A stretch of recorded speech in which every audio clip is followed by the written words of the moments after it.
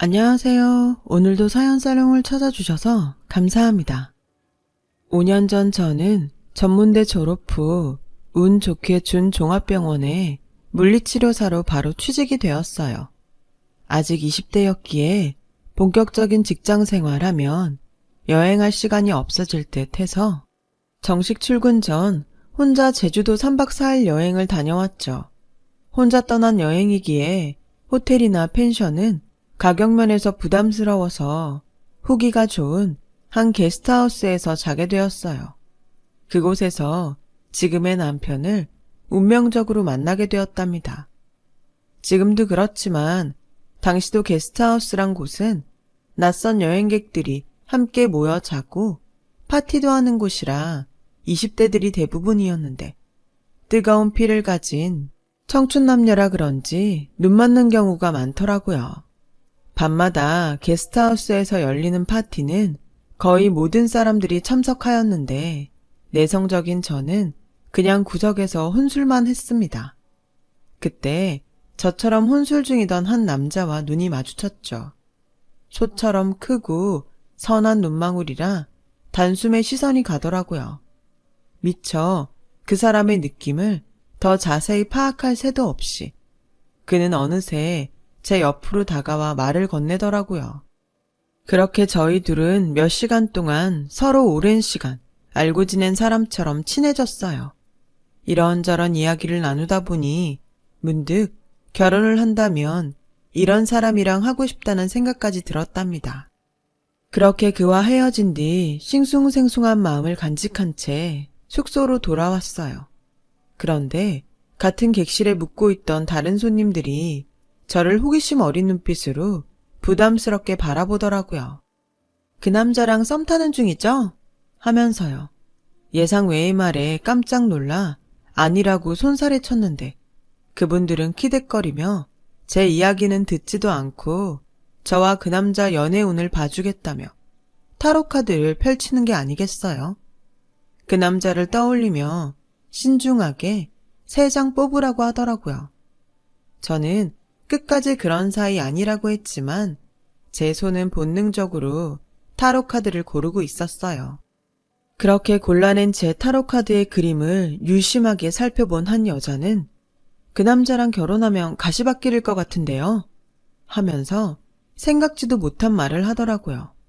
물론 사귀지도 않은 상태이지만 그래도 호감 있는 남자와의 궁합이 안 좋다는 말에 내심 기분이 상했습니다.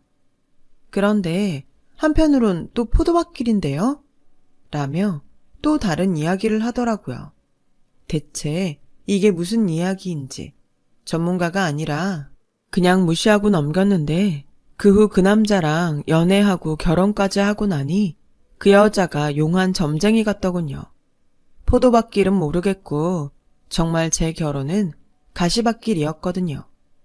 일단 시어머니께서 제 직업을 탐탁치 않아 하셨거든요. 자기 아들은 학교 선생님인데 저는 3년제 전문대 나와 스펙이 별로라고 생각하신 거죠. 부유한 시댁에 비해 저희 친정은 가난했기에 저는 공부를 잘했음에도 빨리 돈 벌고 싶어서 전문대에 간 건데 학창시절 공부 못한 것처럼 취급하니 너무 억울했죠. 그래도 다행히 시누이는 저한테 먼저 말도 걸며 싹싹하고 귀여웠어요. 친정에서 무뚝뚝한 오빠들이랑만 지내다 보니 어릴 때부터 여동생 있는 친구들이 부러웠거든요. 귀엽고 발랄한 시누이 덕에 그래도 나름 위안이 되었던 것 같아요. 시누이는 온라인 쇼핑몰을 운영하고 있었는데 그 때문인지 항상 옷, 신발, 구두 등도 트렌디했고 잘 꾸미고 다녔답니다. 얼핏 보면 연예인처럼 보여 예쁘기도 하고 부러웠던 것 같아요. 저는 일찍 사회에 뛰어들며 돈 버느라 저 자신을 꾸밀 시간이 없었거든요. 그런데 시누이는 정말 사랑 많이 받고 자란 듯 누구에게나 애교를 부렸고 먼저 다가갔어요. 저라면 절대 꺼내지 않았을 어려운 부탁도 서슴지 않고 하더군요. 엄마, 나 이번 카드값 좀 메꿔주라. 엄마, 나 친구들이랑 여행 가게 비행기 값 좀. 엄마, 나 소개팅 나가는데 백화점 좀 가게 쇼핑값 좀 하며 코맹맹이 소리로 온갖 애교를 부리며 시부모님께 시도 때도 없이 돈을 타갔거든요. 저와는 정반대의 삶을 누리고 있는 시누이가 참 부럽더라고요. 아무튼 결혼 후 저의 가시밭길은 시어머님이 갑자기 파킨슨병에 걸리면서 본격적으로 시작되었어요. 물리치료사로 다양한 환자를 대상으로 재활치료를 진행했기에 저는 파킨슨병이 얼마나 무서운 병인지 잘 알고 있었거든요. 바로 손관절이 굳고 움직임이 느려져 제대로 거동을 할 수 없는 완치 불가능한 병이었죠. 약기운이 떨어지면 온몸에 마비 증세가 나타나서 나중엔 침대에 내내 누워 생활해야만 하는 병. 그런 무서운 병이요. 물론 증세가 아주 천천히 진행되는 경우도 있었는데 대부분 몇 년 사이에 악화되는 경우가 많더라고요. 시어머니의 파킨슨병 진단 소식에 식구들은 모두 침울했고 특히 남편은 안 피우던 담배까지 피며 괴로워하더라고요. 그런 남편을 보며 저는 뭐라도 힘이 되고 싶어 한 가지 제안을 했습니다. 여보, 어머니 내가 다니는 병원으로 재활치료 받으시게 하자. 파킨슨병도 재활 꾸준히 하면 효과 있으니까. 다행히 시댁과 제 직장이 가까워서 어머니는 매일 저희 병원으로 치료를 받으러 오셨고 저는 있는 힘을 다해 어머님의 굳은 몸을 풀어지게 하는 데 썼어요. 그런데 시어머니는 치료가 끝나고 나서도 고맙다는 말 한마디도 안 하셨습니다. 평소에도 말수가 적은 분이라 그냥 그러려니 이해하려고 해봤는데 시간이 지날수록 서운함이 더해지더군요. 그러던 어느 날 시아버님 생신이라 시누이까지 모여 시댁에서 식사를 하게 되었어요. 밥을 다 먹고 이제 집에 가려는데 갑자기 시누이가 언니 얼마 전에 무거운 거 들다가 허리를 조금 삐끗했는데 언니가 좀 봐주시면 안 돼요? 하더라고요. 시누이 상태는 많이 괜찮아 보였는데 그날따라 저도 참 많이 피곤했어요. 하지만 시누이가 부탁을 한 게 처음이라 그냥 거절도 못하고 응했어요. 그렇게 시누이가 아프다며 엄살 피우던지 말던지 저는 묵묵히 아프다는 부위를 잘 풀어주었고 시누이가 잠깐 화장실을 갈 동안 쉬고 있었어요. 그때 갑자기 시누이로부터 톡 하나가 왔습니다. 야, 완전 내 전용 안마사야. 너도 언제 받게 해줄게. 덩치가 곰처럼 커서인지 누르는 힘이 좋더라고. 오빠가 왜 저런 미련 곰탱이 같은 여자랑 결혼했나 했더니 나름 쓸모가 있네. 라는 내용이었어요. 톡을 보자마자 뒤통수를 맞은 듯 얼얼하더군요. 누가 봐도 그건 제 험담이었죠. 이어 시누이는 친구에게 보낼 톡을 저한테 잘못 보낸 걸 알고 깜짝 놀라 방으로 들어오더니 언니, 그거 언니 얘기 아니에요. 오해하지 마세요. 라며 말 같지도 않은 변명을 늘어놓더군요. 너무 화가 나 시댁 식구 다 모인 자리에서 시누이한테 소리를 질렀습니다. 뭐? 안마사요? 제가 이 집에 안마사로 들어온 줄 아세요? 저도 엄연히 물리치료사라는 전문 직장인인데 그렇게밖에 취급 안 하세요? 그럼 아가씨는 그냥 옷 파는 상인이잖아요. 하면서 온갖 분을 쏟아냈어요. 화를 내던 중 빨갛게 달아오르던 시어머니의 얼굴이 보이더군요. 자기 딸 면박 줘서 화가 났나 보다 생각하던 중 갑자기 손을 하늘로 들더니 저한테 다가오시는 게 아니겠어요? 너무 놀라 눈을 질끈 감았는데 짝 소리는 시누이 쪽에서 들리더군요. 아, 엄마 미쳤어? 새언니를 때려야지. 왜 나를 때려? 그 병이 오락가락도 하는 병이야? 시누이는 시어머니에게 맞아 빨갛게 달아오른 뺨을 어루만지며 씩씩댔고 시어머니는 시누이가 그러거나 말거나 나지막이 말씀하셨어요. 그동안 며느리한테 미안해서 고맙다는 표현도 제대로 못했는데 이참에 잘됐다. 그 돈도 안 되는 온라인 쇼핑몰 때려치고 네가 집에서 나 간병해. 어디 남의 집 귀한 딸을 부려먹으려 해? 한 번만 더 새언니한테 무개념으로 행동하면 너 시집갈 때도 한 푼도 주지 않을 거다. 씩씩거리던 시누이는 돈 이야기에 움찔하더니 얼른 저한테 미안하다며 방으로 들어갔고 시어머니는 저한테 진심으로 미안해 하셨어요. 딸을 부족함 없이 키웠더니 애가 저렇게 못 배운 애처럼 컸다면서요.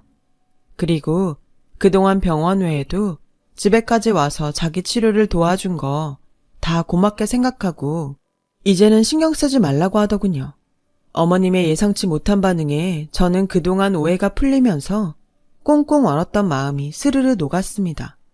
그래서 제가 치료는 저한테 계속 받으라고 말씀드렸지만 어머니는 저 고생시킬 수 없다며 손사래를 치셨어요.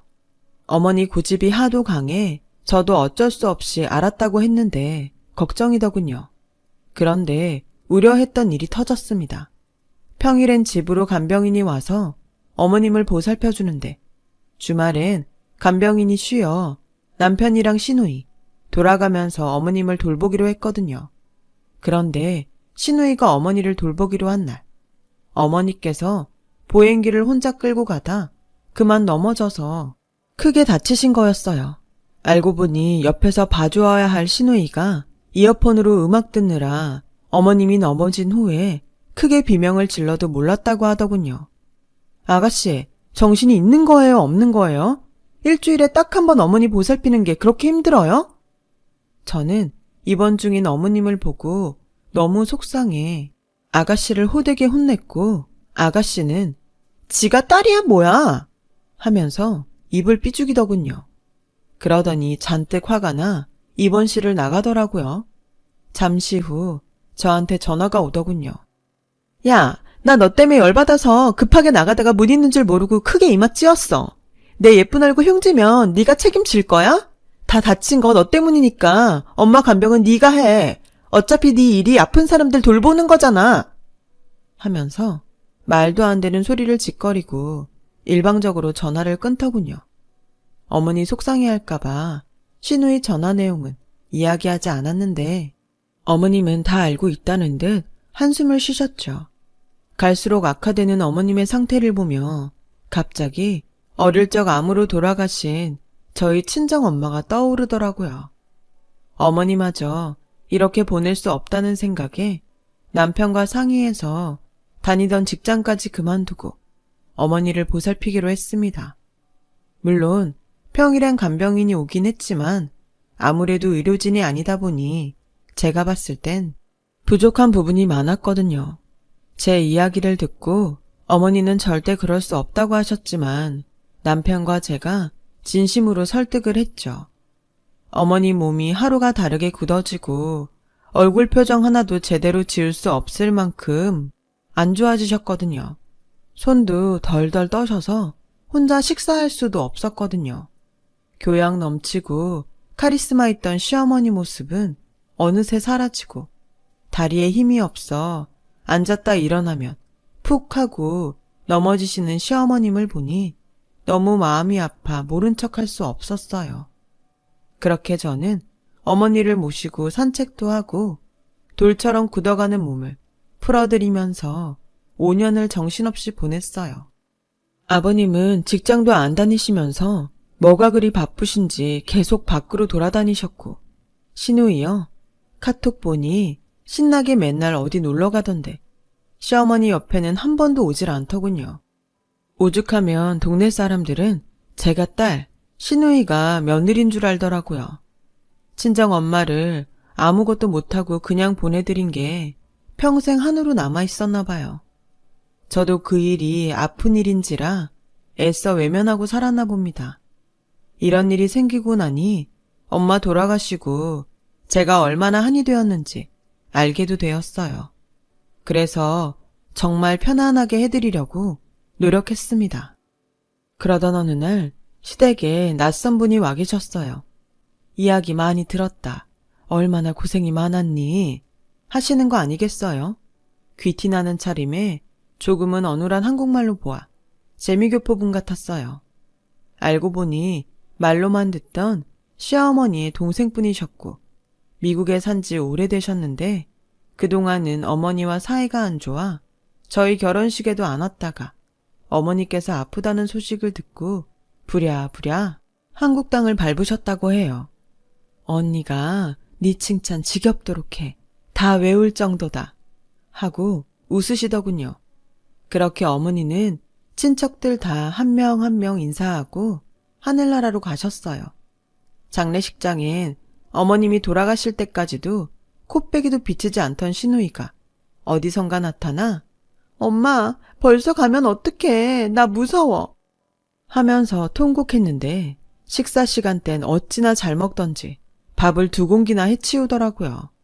저는 어머님 때문에 상심이 커서 밥도 며칠 동안 거의 못 먹어 쓰러질 듯 했는데 본인은 소화 안 된다며 가스 활명수까지 마시며 이것저것 주워 먹고 참 기가 막히더군요. 누가 보면 자기 엄마 장례식이 아니라 뷔페에 놀러 온 줄 알았겠어요. 그렇게 어머니를 보내고 유품 정리를 하려고 시댁에 들렀는데 시누이가 웬일로 자기가 어머니 옷을 태우겠다며 언니는 고생했으니 그만 집에 돌아가라는 게 아니겠어요. 뭔가 이상했지만 그래도 마지막으로 딸의 도리는 다 하려나 보다 하고 지친 몸을 끌고 집으로 돌아왔죠. 그런데 알고 보니 어머님이 시누이한테 남긴 통장이 있다고 해 그거 받으려고 시누이가 집에 갔던 거라고 이야기하더군요. 어머님한테 무슨 보상을 받자고 잘한 건 아니었지만 그냥 저는 어머니한테 물리치료사, 안마사였던 걸까요? 저한테 느끼는 고마움의 눈빛과 미안함은 다 연기였던 걸까요? 그 이야기를 듣는데 허탈감이 들었어요. 그래, 뭐가 어찌되었건 어머님께 딸은 딸이니까 그거라도 해주시면 철없는 딸 남겨두시고 가시는 마음이 조금 편안하셨겠지. 스스로 위로했죠. 그런데 그 후 시누이한테 전화를 받고 깜짝 놀랐어요. 새언니, 이게 말이 돼요? 엄마가 저한테 남긴 통장 인출해보려고 했더니 세상에 돈이 하나도 없던데요? 엄마가 딸인 저한테 돈 한 푼 안 주실 리 없고 새언니가 이거 중간에서 채갔죠? 하며 따지는 게 아니겠어요. 시누이는 저를 계속 추궁하더니 아무런 소득이 없자 씩씩대며 전화를 끊었습니다. 그리고 다음날 시이모님께서 갑자기 저희 집에 찾아오셨어요. 너희 시누이한테 얘기 들었지? 그거 빈 통장이었다. 하시는 게 아니겠어요? 어떻게 된 일인지 묻자 돈 욕심 많은 자기 딸이 어머니 몫의 재산을 분명 달라고 할 것이 뻔하기에 너한테는 한 푼도 물려줄 것 없다는 뜻으로 빈 통장을 주셨다고 하더라고요. 그러더니 제 손에 여러 개의 통장을 쥐어주셨습니다. 이거 언니가 나한테 맡기고 간 통장들이야. 너희 시아버지는 딸 바보라. 분명 이 통장을 자기 남편한테 맡기면 딸한테 줄 거라면서 내가 대신 너한테 전해달라고 부탁하더라고. 믿을 사람은 나밖에 없다고 하시면서 편지 한 장도 건네주셨어요. 시어머니께서 돌아가시기 전 저한테 남기신 편지라면서요. 천천히 종이를 펼치자 힘없이 삐뚤빼뚤 써내려간 어머님의 글씨가 눈에 들어왔습니다. 울컥 쏟아져 나오는 눈물을 참고 한 글자 한 글자씩 읽어 내려갔죠.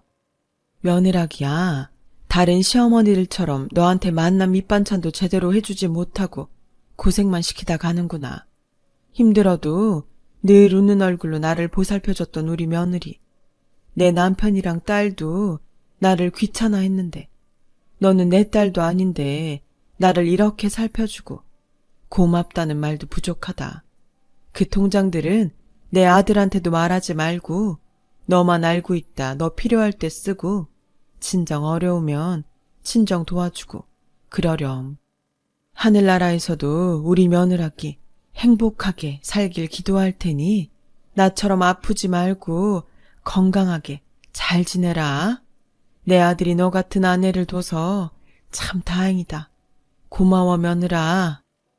어머니의 편지를 읽고 순간 어머니를 오해했던 제 자신이 너무 부끄러워 펑펑 울었습니다. 그리고 집에 와서 통장을 열어보니 말도 못하게 큰 액수가 찍혀 있더라고요. 그 돈이 어머님 목숨값 같아 한동안 한 푼도 쓰지 못하고 두고 있었죠. 시누이는 어떻게 되었냐고요? 어머니가 돌아가시고 예상 밖에 아버님까지 시누이한테 등을 돌리자 이제는 저희 남편한테 달라붙어 돈 하더라고요. 어느 날 남편이 심각한 표정으로 톡을 하고 있었어요. 여자의 직감일까요? 무슨 일이냐며 주고받는 톡을 확인하니 참 과간도 아니었습니다. 오빠, 잘 지내? 엄마가 요새 너무 보고 싶다. 이제 아빠까지 돌아가시면 하늘 아래 오빠랑 나밖에 없는데. 라는 둥. 오빠, 파킨슨병도 유전이라는데 나도 그런 병 걸리는 거 아니겠지? 몸도 좀 떨리는 것 같고 무섭네. 그래서 요즘 일도 못하고 쉬고 있는데 나 돈 좀 주면 안 될까? 라면서 돌아가신 시어머니를 핑계로 마음 약한 남편을 꼬드겨 돈을 요구하더라고요. 남편은 마치 어머니께 못해준 거 동생한테라도 챙겨주며 마음의 빚을 갚으려는 듯 내용 살펴보니까 몇 달 동안 남편이 몇백이나 줬더라고요. 어찌할까 고민하다 안 되겠다 싶어서 남편의 폰을 뺏어서 제가 톡을 썼어요. 이제 용돈 없다. 그리고 그렇게 엄마가 보고 싶었으면 엄마 돌아가시기 전 한 번이라도 더 찾아뵙지 그랬니? 이제야 엄마가 보고 싶다고 울고 그런들 엄마가 다시 살아오시니?